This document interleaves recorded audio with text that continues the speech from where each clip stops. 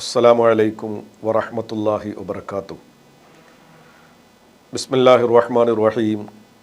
അൽഹംദുലില്ലാഹി റബ്ബിൽ ആലമീൻ. വസ്സലാത്തു വസ്സലാമു അലാ അഷ്റഫിൽ മുർസലീൻ വഅലാ ആലിഹി വഅസ്ഹാബിഹി അൽ ഫായിസീൻ. സ്നേഹാദരണീയരായ സഹോദരങ്ങളെ, പരിശുദ്ധ റമളാൻ ഒരിക്കൽ കൂടി നമ്മുടെ ജീവിതത്തിലേക്ക് സൃഷ്ടാവായ അല്ലാഹു കനിഞ്ഞ് നൽകിയിരിക്കുകയാണ്.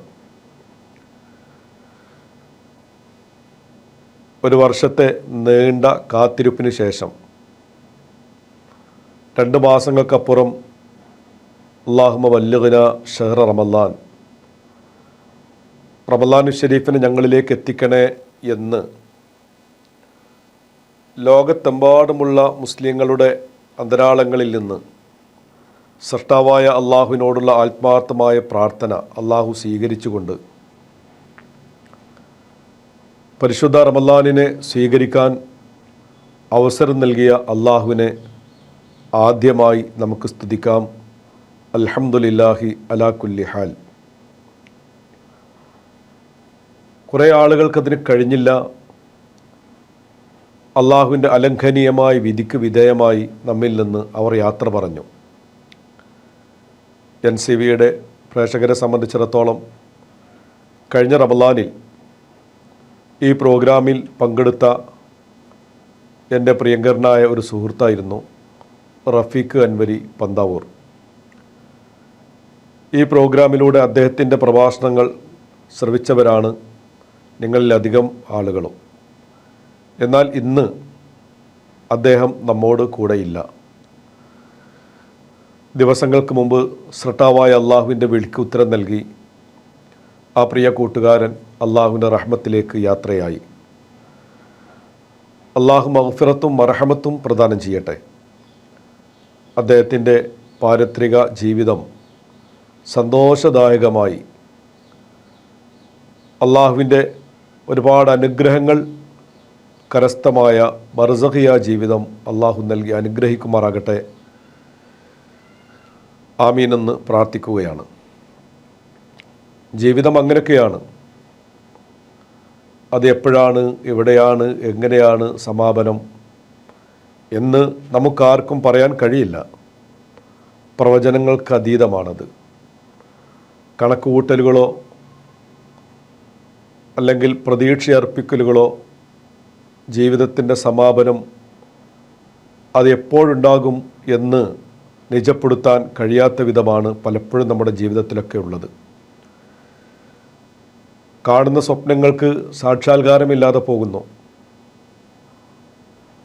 മനസ്സിൽ നിറഞ്ഞു നിൽക്കുന്ന ആഗ്രഹങ്ങൾക്ക് പൂർത്തീകരണമില്ലാതെ പലപ്പോഴും അത് നമുക്ക് അവസാനിപ്പിക്കേണ്ടി വരുന്നു. ഈ ഒരു സാഹചര്യത്തിലാണ്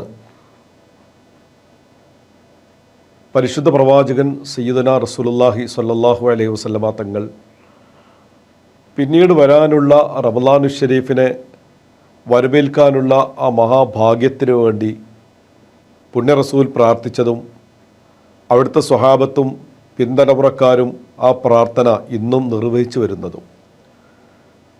അതുകൊണ്ട് തന്നെ ഈ വരാനിരിക്കുന്ന മാസത്തിൻ്റെ പവിത്രതയെക്കുറിച്ച് വളരെ വ്യക്തമായി നമുക്കറിയാം. ഷഅബാൻ മാസത്തിൻ്റെ സമാപനമായാൽ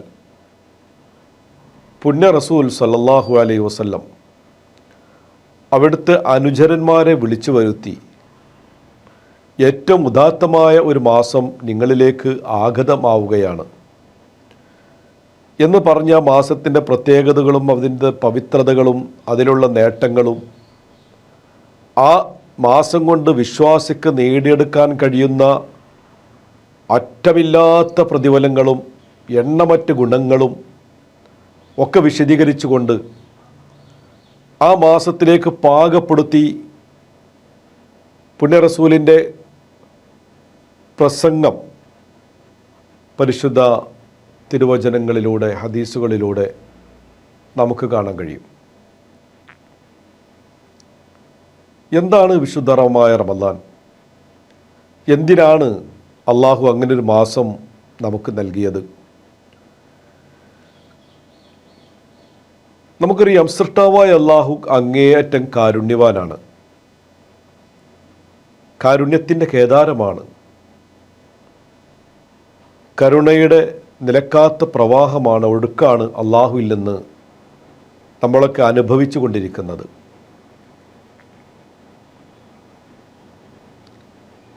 സൃഷ്ടാവായ അള്ളാഹുവിൻ്റെ കാരുണ്യത്തിലേക്ക് നമ്മൾ ചിന്തിച്ചാൽ അത്ഭുതകരമായി നമുക്കത് കാണാൻ കഴിയും. ഒരു ഉമ്മാക്ക് തൻ്റെ കുഞ്ഞുങ്ങളോട് ഉള്ളതിനേക്കാൾ, അതാണല്ലോ ഇപ്പം നമ്മുടെ ഭൗതികമായ കാഴ്ചയിൽ ഏറ്റവും വലിയ കാരുണ്യം, അനുകമ്പ, സ്നേഹം, അതൊക്കെ നമ്മൾ അവിടെയാണ് കാണുന്നത്. ഒരു മാതാവിലാണ് ഏറെ നമുക്കത് കാണാൻ കഴിയുക. എന്നാൽ ആ ഒരു വല്ലാത്ത കാരുണ്യത്തെക്കാൾ കരുണക്കടലായ അള്ളാഹു തൻ്റെ സൃഷ്ടികളോട് കരുണ ചെയ്യുന്നവനാണ്. കാരുണ്യം അള്ളാഹുവിന് ഏറെ ഇഷ്ടമാണ്. അവിടുത്തെ സിഫത്തുകളിൽ ആദ്യമായി നമ്മെ പഠിപ്പിച്ചതും ഈ കാരുണ്യത്തെക്കുറിച്ചാണ്. ബിസ്മില്ലാഹിർ റഹ്മാനിർ റഹീം. റഹ്മാൻ റഹീം എന്ന് പറയുന്ന സവിശേഷമായ അള്ളാഹുവിൻ്റെ ഗുണങ്ങൾ പറയുമ്പോൾ ആ രണ്ട് വാക്യങ്ങളിലും ഒരിക്കലും പറഞ്ഞ് അവസാനിപ്പിക്കാൻ കഴിയാത്ത വിധം അത്രമാത്രം വലിയ കാരുണ്യങ്ങളാണ്, കരുണകളാണ്. അള്ളാഹുവിന് പുറം തിരിഞ്ഞ് നിൽക്കുന്ന ആളുകൾക്ക് പോലും അള്ളാഹു കരുണ വർഷിപ്പിച്ചുകൊണ്ടേ ഇരിക്കുന്നു. അപ്പോൾ ഞാൻ സൂചിപ്പിക്കാൻ ആഗ്രഹിച്ചത്, സൃഷ്ടാവായ അള്ളാഹു സുബ്ഹാനഹു വ തആല നമുക്ക് നൽകുന്ന ഏറ്റവും വലിയ കാരുണ്യത്തിൻ്റെ അനുഗ്രഹത്തിൻ്റെ ഭാഗമായിട്ടാണ് റമളാൻ നൽകിയിട്ടുള്ളത്. പാപമോചനം അള്ളാഹു ഏറെ ഇഷ്ടപ്പെടുന്നവനാണ്. പുറത്തു കൊടുക്കുക, മാപ്പ് നൽകുക അള്ളാഹുവിന് അതിനേറെ ഇഷ്ടമുള്ള കാര്യമാണ്.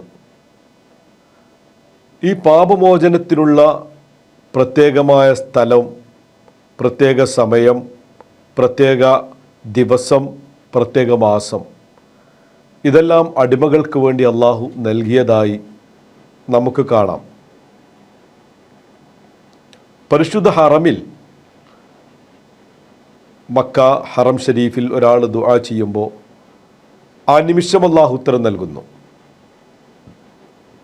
അവിടെ വെച്ച് നമസ്കാരം നിർവഹിക്കുമ്പോൾ അതിന് ലക്ഷത്തിൻ്റെ പ്രതിഫലം അള്ളാഹു നൽകുന്നു. അവിടെ ഖത്മുൽ ഖുർആനിനും മറ്റ് ആരാധനാ കർമ്മങ്ങൾക്കുമൊക്കെ, ആ സുഹൃതങ്ങൾക്കുമൊക്കെ ആ ഒരു പ്രതിഫലം അള്ളാഹു ഹറമിൽ നൽകുന്നു. കൈനീട്ടി പ്രാർത്ഥിച്ചാൽ ആ നിമിഷം അള്ളാഹു ഉത്തരം നൽകുന്നു. ഇതൊരു പ്രത്യേക സ്ഥലം അള്ളാഹു നമുക്ക് അനുവദിച്ചതാണ്. അതുപ്രകാരം പ്രത്യേക ദിവസം നമുക്ക് കാണാലോ. യൗമുൽ ജുമുഅ, വെള്ളിയാഴ്ച. ആ വെള്ളിയാഴ്ചയിൽ പ്രത്യേകമായ സമയമുണ്ട്. ആ സമയത്തൊരാളുടെ പ്രാർത്ഥന ആ സമയവുമായി യോജിച്ചു വന്നാൽ നിശ്ചയം അള്ളാഹു ഉത്തരം നൽകുന്നു.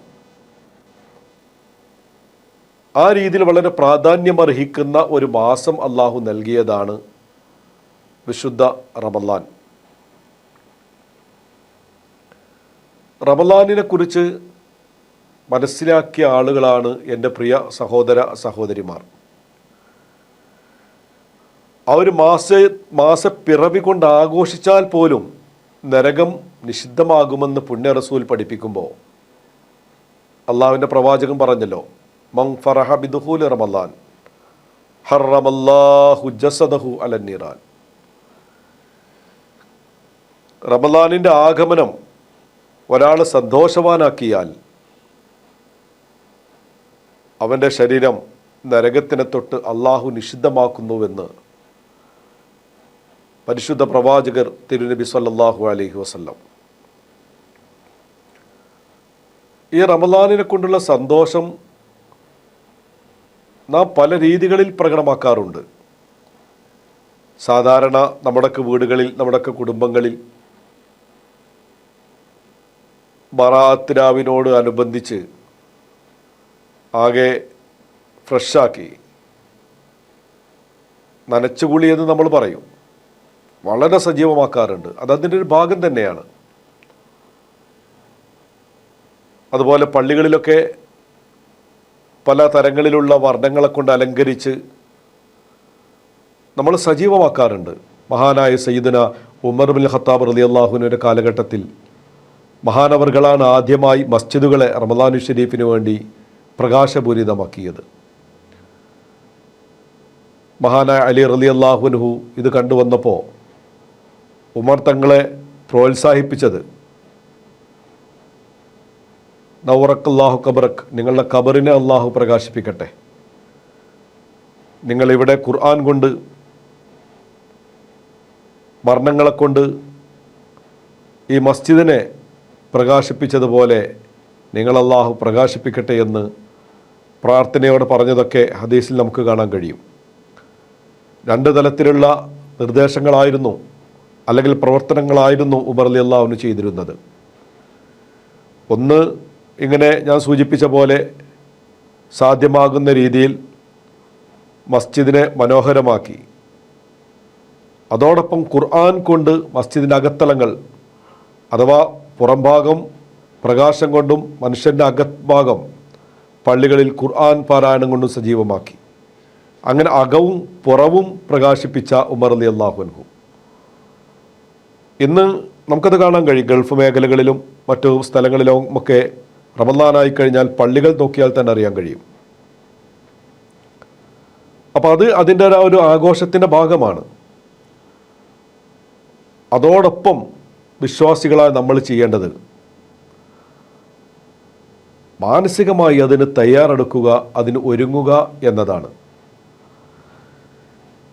വെറും നനച്ചുകുളിയിലോ അങ്ങനെയുള്ള പ്രകടമായ പ്രവർത്തനങ്ങളിലോ മാത്രം ഒതുങ്ങാതെ അതിനേക്കാളൊക്കെ അപ്പുറം ഒരവസരം അതിനുവേണ്ടി നമ്മൾ തയ്യാറാവുകയാണ്.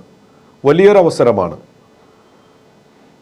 നമ്മളിപ്പോൾ മനസ്സിലാക്കിയ പോലെ ആകെ വികൃതമായ നമ്മുടെ അകത്തളങ്ങൾ ഒരു വേള അതിനെ സംരക്ഷിക്കാനും സംശുദ്ധമാക്കാനും അള്ളാഹു നൽകിയ ഈ അനുഗ്രഹങ്ങളെ, ഈ അവസരങ്ങളെ നമ്മൾ ഉപയോഗപ്പെടുത്തുക എന്നതാണ് അതിൻ്റെ മുന്നൊരുക്കമായി നമുക്ക് ചെയ്യാനുള്ളത്.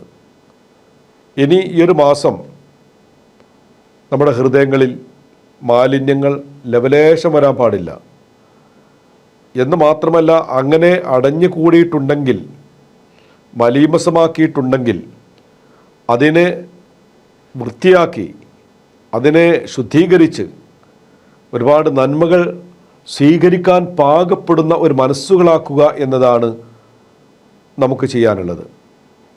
യാ ബാഗിൽ ഖൈർ അഖ്ബിൽ അഖ്ബിൽ വയാ ബാഗിൽ ശർ അഖ്സിർ.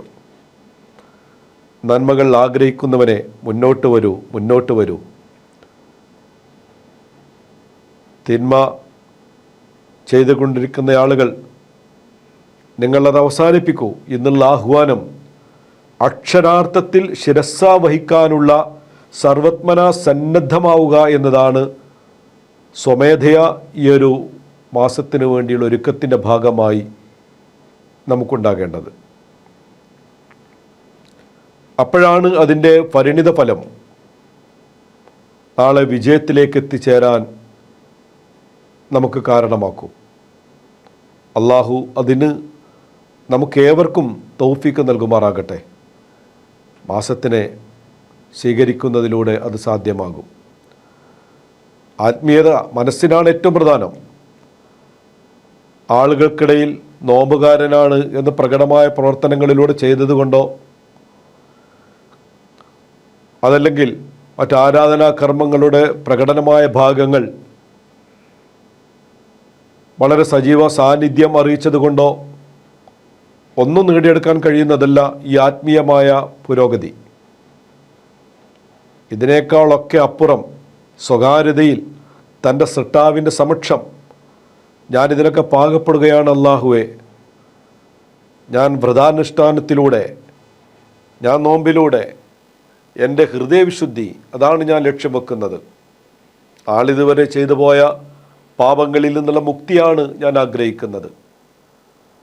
എൻ്റെ പട്ടിണി, എൻ്റെ നോമ്പ്, ആ നോമ്പിലൂടെ അള്ളാഹുവെ നിൻ്റെ സാമീപ്യമാണ് ഞാൻ ആഗ്രഹിക്കുന്നത്. ആ നോമ്പ് നോറ്റും ഞാൻ ക്ഷീണിതനായി, ആ സമയത്തും എൻ്റെ വിശ്രമത്തേക്കാൾ വലുതായി തറാവീഹ് നമസ്കാരത്തിന് ഞാൻ സന്നദ്ധനാകുമ്പോൾ അർപ്പണബോധമാണ് അള്ളാഹുവെ ഞാനിവിടെ ലക്ഷ്യീകരിക്കുന്നത്. അതുകൊണ്ട് ആ ഒരു പ്രതിഫലത്തിന് വേണ്ടി ഞാൻ അധ്വാനിക്കുന്നു എന്ന മനോഭാവത്തോടു കൂടെ പ്രവർത്തിക്കാൻ കഴിയുമ്പോഴാണ് നമ്മുടെ ലക്ഷ്യം സാക്ഷാത്കരിക്കാൻ കഴിയും. കാരുണ്യവാനായ അള്ളാഹു നമ്മെ അതിനെ അനുഗ്രഹിക്കുമാറാകട്ടെ. തഖ്വയുള്ള ജീവിതം അള്ളാഹു നമുക്ക് നൽകട്ടെ. ഈ റമളാൻ എന്താണോ മനുഷ്യനിൽ അള്ളാഹു എന്തിനു വേണ്ടിയാണോ നൽകിയിട്ടുള്ളത്, ആ ഒരു ലക്ഷ്യത്തിലേക്കെത്താൻ നമ്മുടെ കർമ്മങ്ങൾ കാരണമാകട്ടെ. ആമീൻ എന്ന് പ്രാർത്ഥിച്ചുകൊണ്ട് തൽക്കാലം ഇന്ന് നമുക്ക് നിർത്താം. വാഖിർ ദഅ്വാനാ അൽഹംദുലില്ലാഹ്. അസ്സലാമു അലൈക്കും വറഹ്മത്തുള്ളാഹി വബറകാതുഹു.